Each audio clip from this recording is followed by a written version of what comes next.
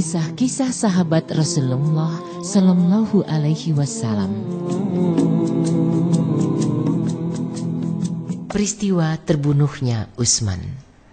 Utsman bin Affan telah menegaskan agar semua orang yang ada di dalam rumah beliau kembali ke rumah mereka masing-masing. Mereka pun pergi. Di saat tidak ada lagi orang yang bersama beliau kecuali keluarganya, para pemberontak masuk ke dalam rumah melalui pintu gerbang dan meloncati tembok. Sementara itu Utsman memulai mengerjakan sholat dan membaca surat Thaha dengan bacaan yang cepat sehingga beliau menyelesaikan bacaannya. Orang-orang berusaha masuk sehingga pintu dan atap ruangan tempat beliau terbakar. Dan mereka khawatir jika api menjalar ke Baitul Mal.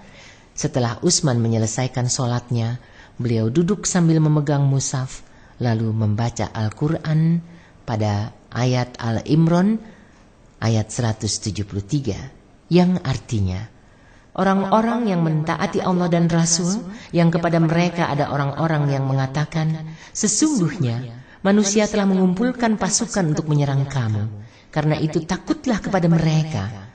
Maka perkataan itu menambah keimanan mereka, dan mereka menjawab, cukuplah Allah menjadi penolong kami, dan Allah adalah sebaik-baik pelindung. Orang yang pertama masuk adalah seorang lelaki yang dipanggil dengan Al-Mautul Aswad.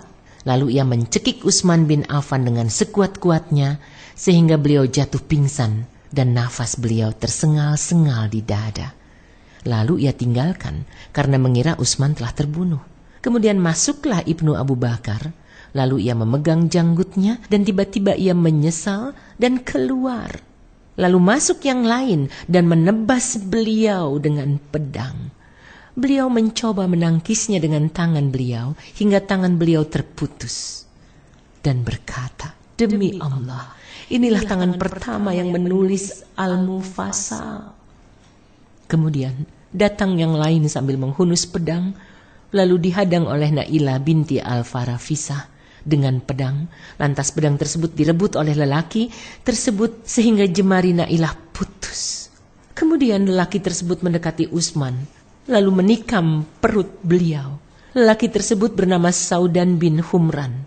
Lalu salah seorang pembantu Utsman datang dan membunuh Saudan, dan pembantu tersebut dibunuh orang lain yang bernama Qutairah. Kemudian para pemberontak tersebut mengalihkan perhatian kepada harta yang ada di dalam rumah. Seorang di antara mereka berteriak, apakah darahnya halal bagi kita, sedangkan hartanya tidak halal? Mereka merampas apa yang ada di dalam rumah itu lalu keluar dan membiarkan mayat Utsman dan dua orang yang ikut terbunuh bersama beliau. Ketika mereka masuk ke ruang tengah, Qutairah dicegat oleh pembantu Utsman, lalu membunuhnya, dan yang lain menjarah apa saja yang mereka temui. Sampai-sampai seseorang yang bernama Kulsum At-Tujuwaibi menjarah baju-baju Nailah. Namun pembantu Utsman dengan sigap berhasil membunuhnya, dan pembantu tersebut pun ikut tewas. Kemudian mereka saling berseru, pergilah ke Baitul Mal, jangan sampai kalian ketinggalan. Hal tersebut didengar oleh para penjaga Baitul Mal. Lantas mereka berkata, ayo menghindar. Mereka sekarang sedang haus harta dunia.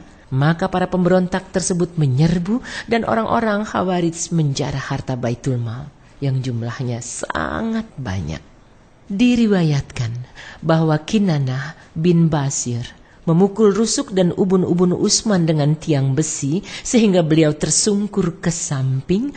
Lalu Saudan bin Humran Al-Muradi memberikan pukulan lagi dan beliau pun tewas. Adapun Amr bin Hamik melompat ke dada Utsman, dan pada saat itu beliau menghembuskan nafas yang terakhir. Lalu ia menikam beliau 9 kali tikaman seraya berkata, adapun 3 tikaman aku lakukan karena Allah, dan 6 tikaman aku lakukan karena dendam yang ada di dada.